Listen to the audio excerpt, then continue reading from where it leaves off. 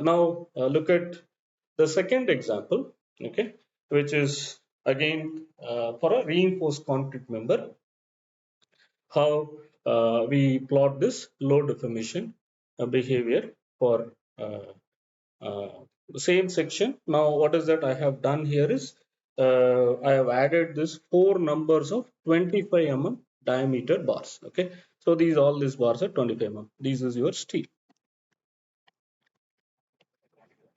Okay, so steel rebars. I put four rebars. It doesn't matter where you put the rebars. In fact, if I'm assuming this like a column, you will have ties also. So as we have discussed previously, the role of ties is not really considered. Depending upon how much amount of ties that we are putting and what is the shape of the column, the ties will also influence the sustained curve behavior of concrete. That is a constitutive behavior of concrete that we are not worried about it at this point of time. So same example, 250 by 250, 1 meter length. Now what is it I've done is I've added four numbers of 25 diameter bars. Okay, so now let's look at it for the same strain. Of course, we'll run through the calculations also. So this is your AG, okay, which is your gross area, which is nothing but 250 by 250. Now, what is the only concrete area? AG minus whatever the steel that we are having. So, what is the amount of steel? Which is AS. So, this is nothing but AS. So, AG minus AS is nothing but your AC, only concrete area. AS is 4 into 491 for 25 bar. You can calculate for nominal diameter of 25 The area will work out to be 491. So, the area of steel is 1964.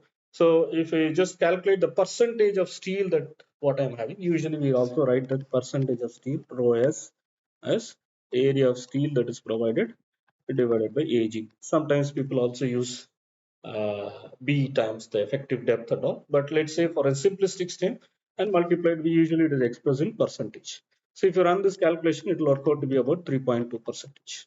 Okay, so that is 1964 divided by 250 square multiplied by 100 will go to be 3.2%. So you see here, the amount of steel that is provided is relatively very small in concrete. We provide 3%. In a beam, sometimes in a doubly reinforced section also, we may provide like 4% maximum, both top and bottom, okay, including together, okay. So you see the percentage of steel that what we are adding to concrete is quite low. So that is what I'm trying to convey. Okay, so now let's repeat this exercise again. For a strain of 0.001, you get the strain in steel and concrete is 0.001, and then again if you plug it back, you get the value of 26.25 megapascal for concrete in compression. The steel stresses again here in 0.001, 200 megapascal, and so on. So this is your force that you're getting in concrete, 1978.8 kilonewton. Okay, again how do you get it? AC multiplied by FC plus AS multiplied by FS. Okay, so we'll run this example, couple of them, both compression tension. Okay, so we'll continue the discussion on the axial behavior and we'll try to solve this problem, right?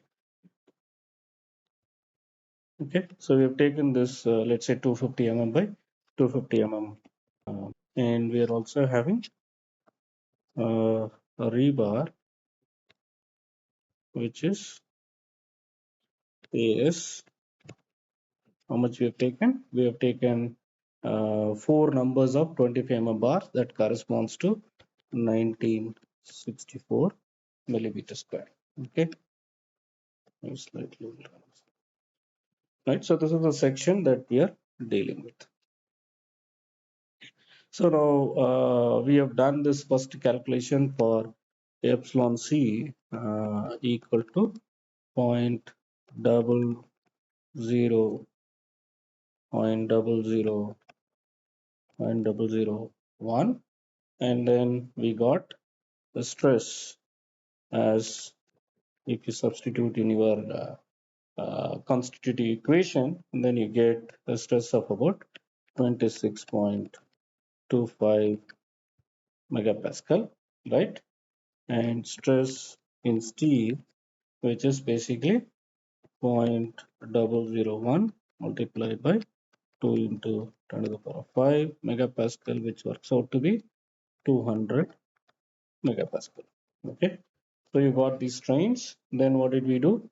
we applied this equilibrium equation, which is AC multiplied by FC plus AS times Fs is your force, because area of concrete multiplied by the stress in the concrete plus area of steel multiplied by stress in the steel will give you the total load resistance, right? So that's what we did. Now what is AC that we have taken? We have taken as 60,536, okay, and the stress is, we got 26.25. What is area of steel, which is 1964 multiplied by, which is stress of the steel, which is 200. So when you convert everything into kilonewton, then you will get a value of 1978.8 kilonewton. Okay. Now what is it you have? Okay. So what we end up is, now what is epsilon that we have taken is 0.001. So what is delta? Delta is nothing but epsilon multiplied by length, which is going to be 0.001 multiplied by 1000.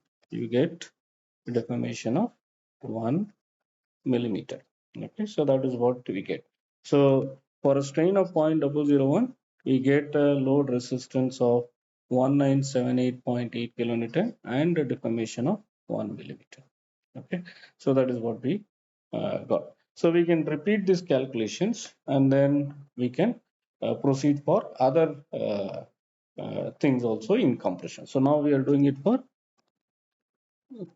compression. Compression load. Okay, so now let's see what is the uh, calculation for, let's say the next one is, uh, let's see, we do the same thing for, let's say, the next strain value, which is, let's say, a 0.002, which is important. Why is it important? So if you go back to your stress strain curve for concrete and compression, then what do you get? You get like this, right? So this is your F prime C, which we have taken it as 35 megapascal, right? And this works out to be 0.002 strain by an epsilon C. This is epsilon C and FC in compression. So when epsilon C becomes 0.002, you get the maximum stress of 35 megapascal. So that is very important. So how do we get, let's say we have chosen epsilon C equal to 0.002 strain. So what is FC concrete stress?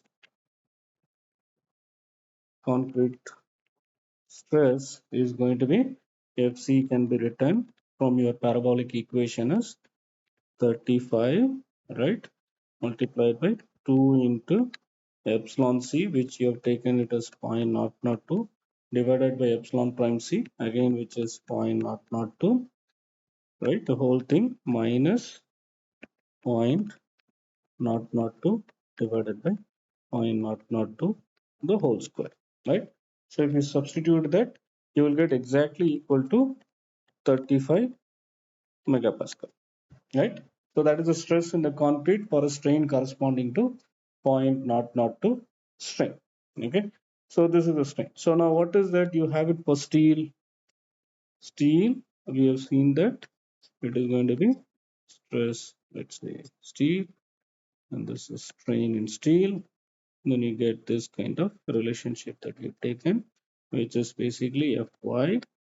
We have taken the grade of steel as, let's say, 500 megapascal, which is 500 megapascal. Okay, and this is your strain, which is 0.0025. Again, how did we get the yield strain is 0.0025? The grade of steel is 500. 500 divided by 2 into 10 to the power 5 will give you a strain of 0.0025. And again, up to what strain this bar will keep on continuing until it further ruptures? It is about 18% of strain. That means at a strain value of about 0.18 or so, it is going to rupture. But that is the strain at which it is going to rupture. That's a very large amount of strain. So let's not worry about at this point of time. We are doing calculation for 0.0025. Okay, this is in compression. Sorry, steel for both the tension and compression, you're going to get same stress strain curve behavior only. And the only thing what we're going to do is in compression, you have to make sure that it is going to,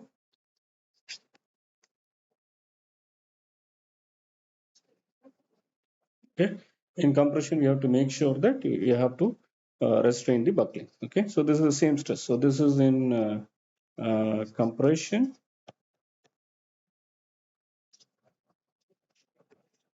This is in compression. This is in tension. Okay, right? So for the steel, so now we are doing action. This is plus. So this is the plus value. So we have taken that compression as positive, right? And tension as negative. Okay, so that is the sign convention that we are going to follow, right? So if you see that, then your stress is going to be in steel is going to be stress in steel. We are calculating for a strain of again 0.002. So you know that when epsilon s is less than epsilon sy, which is 0.0025, stress can be directly calculated as elastic modulus of steel multiplied epsilon s. Okay, so stress can be, now the strain what we are taking is 0.002, which is less than 0.0025. So the steel has not really yielded in compression. So we can write this stress as 2 into 10 to the power of 5 multiplied by 0.002. So you get a stress of about 400 megapascal. So you got the stress in concrete as well as stress in steel. Okay, so we continue the discussion. So now let's go ahead and look at how do you get your forces, right? So N, again, the applied axial force can be written as Fc multiplied by AC plus Fs multiplied by AS, right? So, and Fc we have got that as 35 megapascal. And what is AC? Gross area minus the steel area, which we have already calculated to be 60,536 mm square, plus what is the stress in the steel? We got that as 400 megapascal multiplied by the area, which is 1964. When you divide the entire thing by 1000, because everything we're writing in kilonewton, so you get a force of about 2904.4 kilonewton. Okay, so this is the value that you get. Okay, similarly, we can get for other values as well. So if you look at for example, for a strain, if you take it as 0.004, again plus, that means in compression, Fc, you will find that it is going to be 0. Okay, so that means the concrete has failed in compression. And but however, Fs, what is the value? And now Fs again is stress in the steel is function of strain in the steel. So if you go back again to this stress strain curve behavior, in compression we are looking at, in compression also,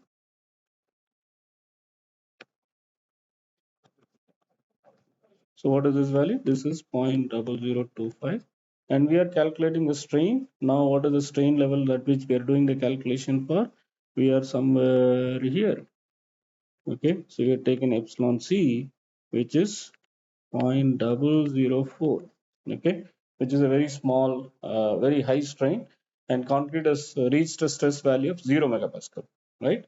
So if you go back to this we'll continue the calculation. So that's why Fc is 0, because epsilon c 0.00 means concrete has completely failed.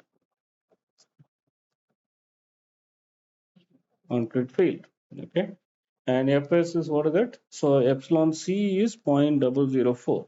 So you're going to get, that means strain in the concrete and strain in the steel is all same compression that we are taking. So you cannot now take epsilon EC multiplied by epsilon S. So now what would be the level of stress? Because epsilon S has become more than 0.0025, my stress in the steel is going to be constant at value of 500 megapascal.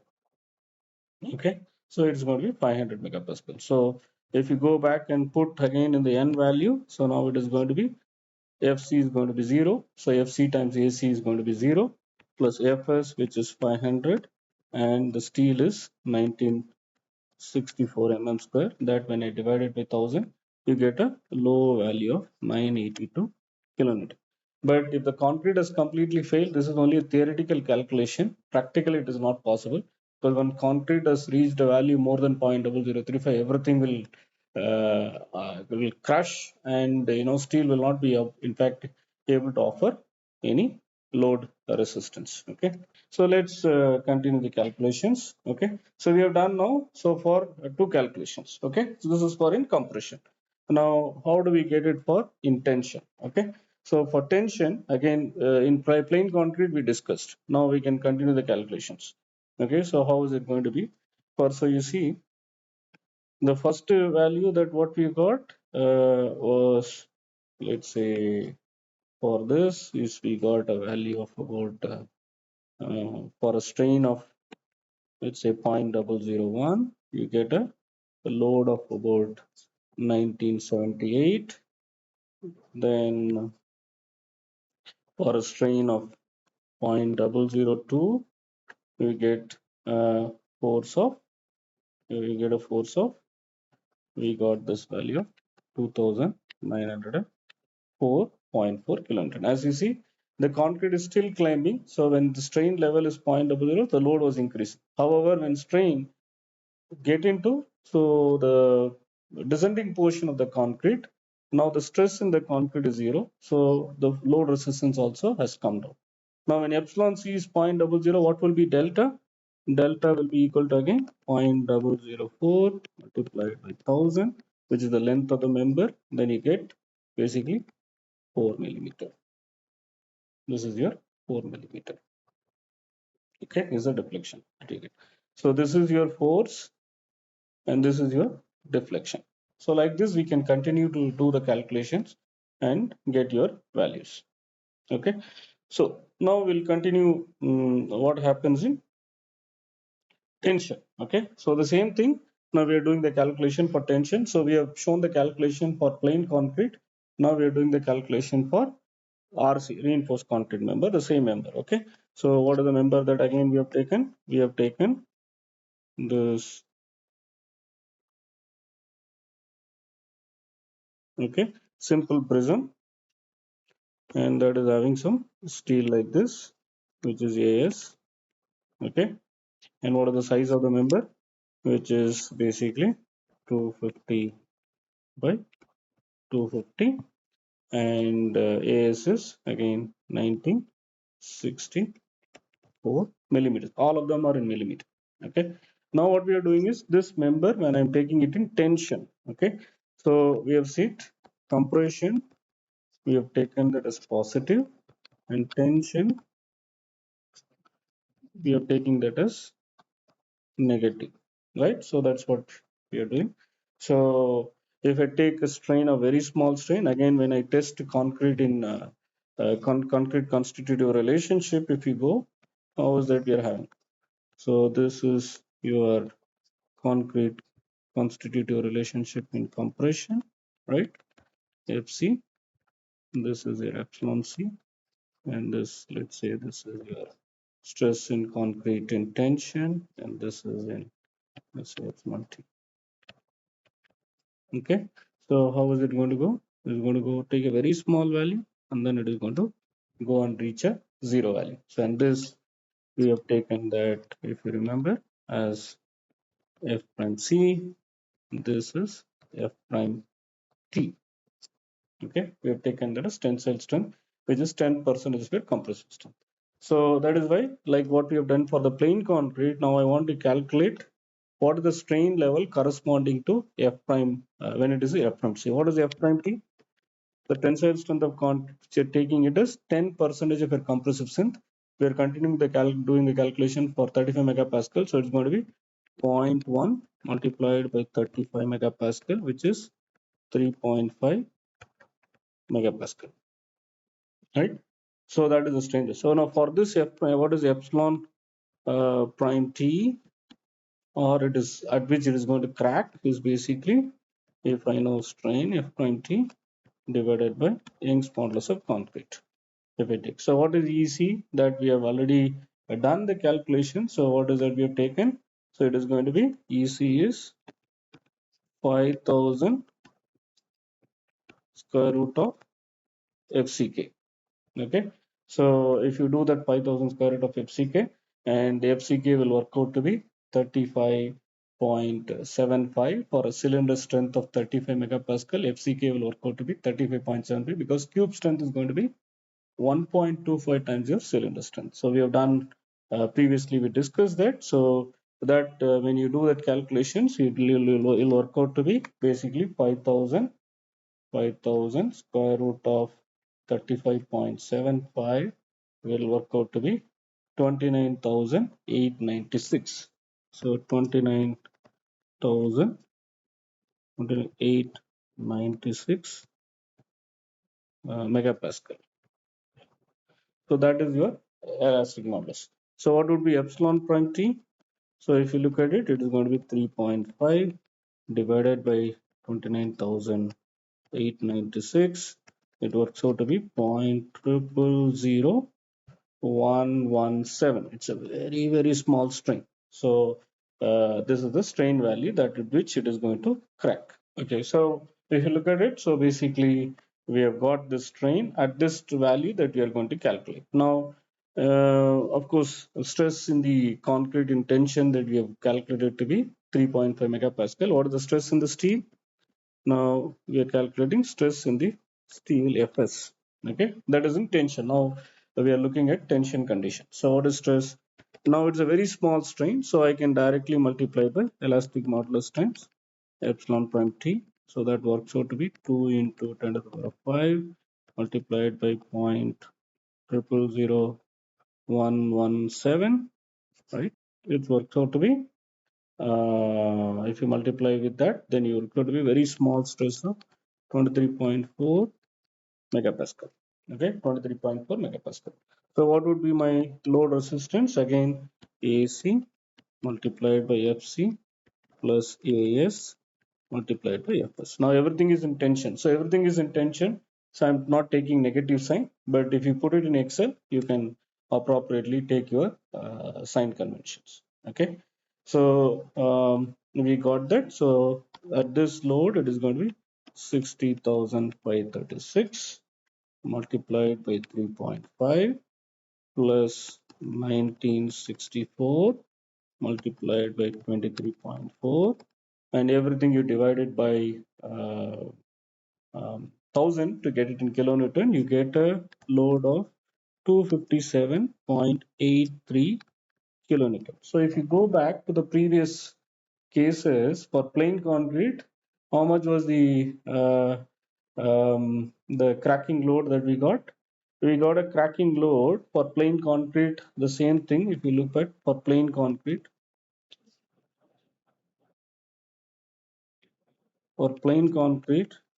N cracking we calculated to be 218.8 kilonewton.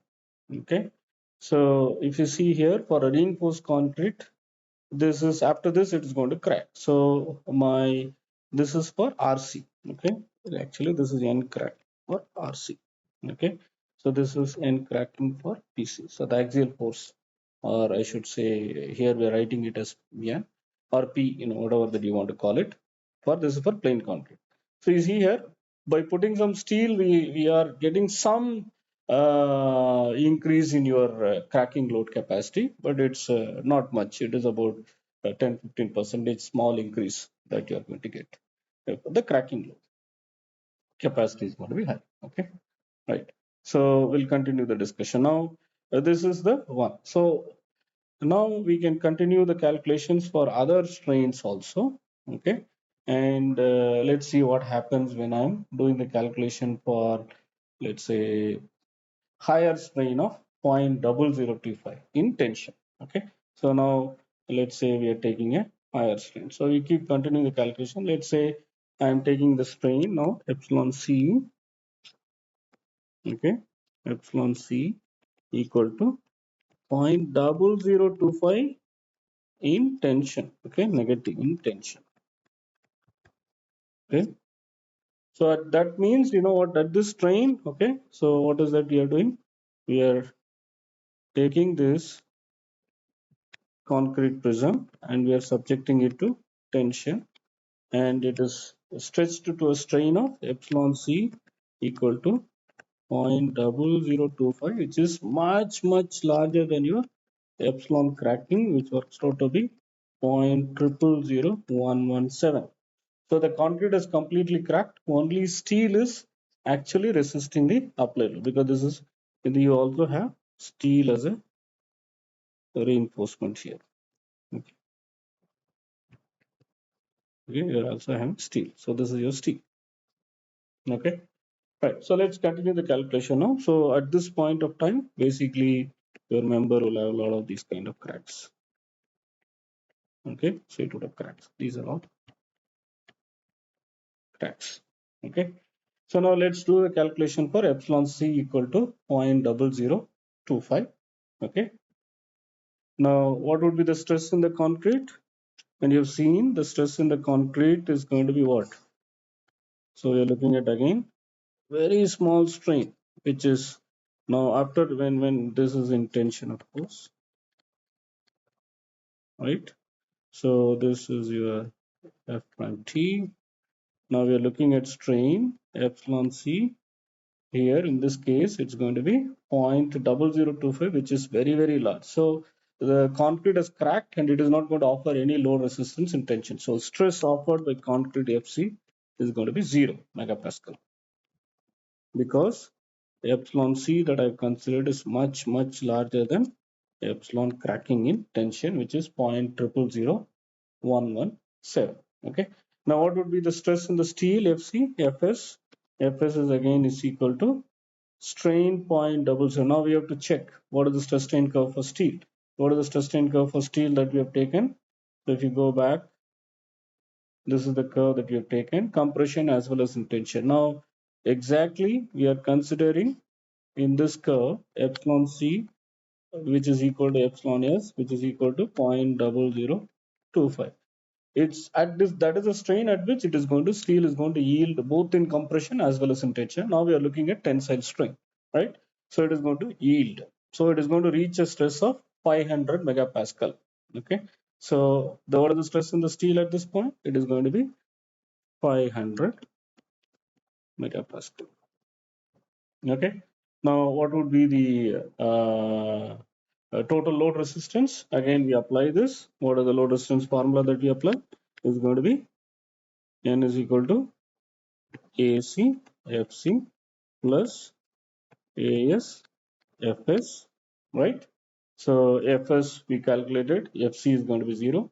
So it is going to be 0 plus 1964 multiplied by 500. That again, when you divide it by 1000, you get N value equal to basically 982 kilonewton. Now what is delta? Delta will be equal to epsilon multiplied by length, which works out to be 0.0025 multiplied by 1000. Then you get basically 2.5 millimeter, right? So this way we got. So this is the calculation for one sample calculation that we done for compression as well as in tension. So if you keep continuing this calculations for a reinforced concrete member, what kind of behavior that we will get. So if you see here, we can plot the behavior as, okay, and you're going to have, let's plot this in black. So if concrete in compression, we are taking it as a positive thing. So we're going to have like this, okay, and let's say this is load, this is in compression, and this is again compression, because we have taken that compression is positive, and here again deformation. Sorry, here let's say we can write it as delta R deformation. Okay, this will be deformation in compression, and this side you're going to have deformation in tension. So in tension, again, you will see that for a reinforced concrete, it is going to go like this, and it is going to crack, and the rebar is going to now pick it up, and it is going to go like this. Okay, so it is going to go for a very large deformation, and it will keep continuing. Okay, so this is the value that we have done. If you go back to the first value that what you've taken, the maximum value that what you're going to get is close to be around 3000 or so. We did it for 0.002. That's where the concrete is going to offer maximum load resistance, but the steel has not reached its still maximum value, but it will work out to be slightly higher. Okay, so if you continue this calculations, you will get maximum load close to that of about here about 3000 kilonewton.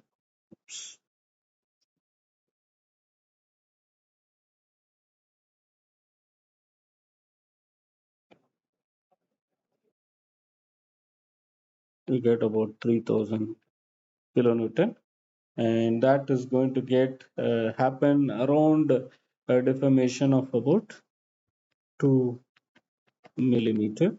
Okay, and this cracking, as we have seen, it is going to happen at a deformation of very small deformation of 0.12, and then the yielding, it is going to happen at a deformation of, how much will be the deformation? It is going to be at a deformation of 2.5 mm. But even after 2.5 mm, the steel will keep offering the load resistance and tension. Okay, so this is load. Okay, so okay, tension, compression. So this is the behavior that we are going to do for RC.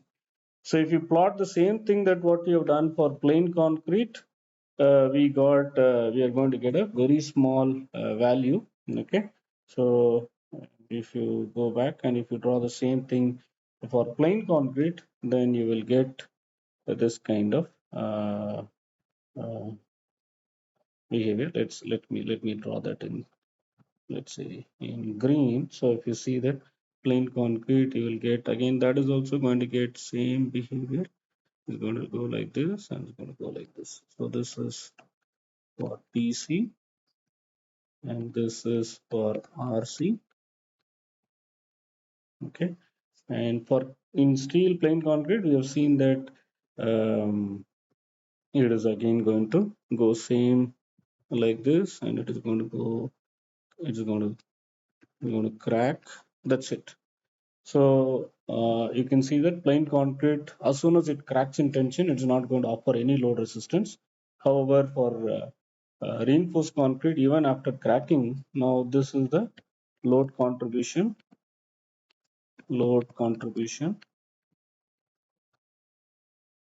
only from steel, because concrete is not going to offer any load resistance. Okay, this is a load contribution only from steel. So this is the behavior that what we are going to get. So we were solving this axial behavior of a reinforced concrete member. I think we solved through for different strain levels in compression and tension. Again, just to recap, we have taken a concrete prism of 250 mm by 250 mm with a length of about 1 meter, having a steel of four numbers of 25 mm diameter bars, right? And then we selected the strain of 0.001, and then as per the Hognestead strain curve model, we got a strain of about 26.25, and for stress in the steel was 200. Then we applied the equilibrium equation to find a load of 1978 corresponding to a strain of 0.001. So we did continue the calculation for 0.002. So as the strain is increasing, you know that at 0.002, concrete reaches a maximum stress of 35 megapascal. However, the steel, if you look at it, it is only at 400. Still, it has not reached the level of 500.